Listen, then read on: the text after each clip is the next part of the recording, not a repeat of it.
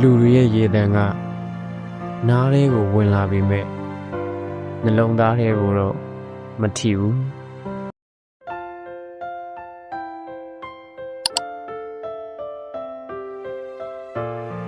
အားလုံးစင်ပြေပါတယ်ဆိုတဲ့စကားမှာငါနှကမ်းပေါ်မှာလွယ်လွယ်လေးနေရာယူတက်ခဲ့ပြီလူတွေရဲ့ရေတံက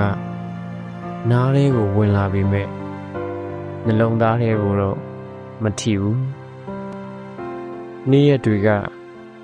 အတိတ်ပဲမရှိတဲ့စာမျက်နှာတွေလိုပဲလန်ရင်ဘာမှမကြံတော့တလို့ကိုပါမတည်တော့ဘူးတစ်ဖက်သက်အချင်းဆိုတာမငိုလဲနာတယ်မပြောလဲပြင်ပန်းနေမစွန့်လွတ်နိုင်တယ်လို့မပိုင်ဆိုင်နိုင်တဲ့အရာကိုနှလုံးသားနဲ့ဖတ်ထားရတယ်လို့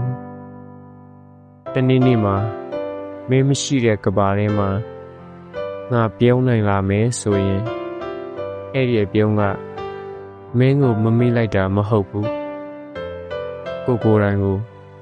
ပြန်တွေ့လာတာပဲ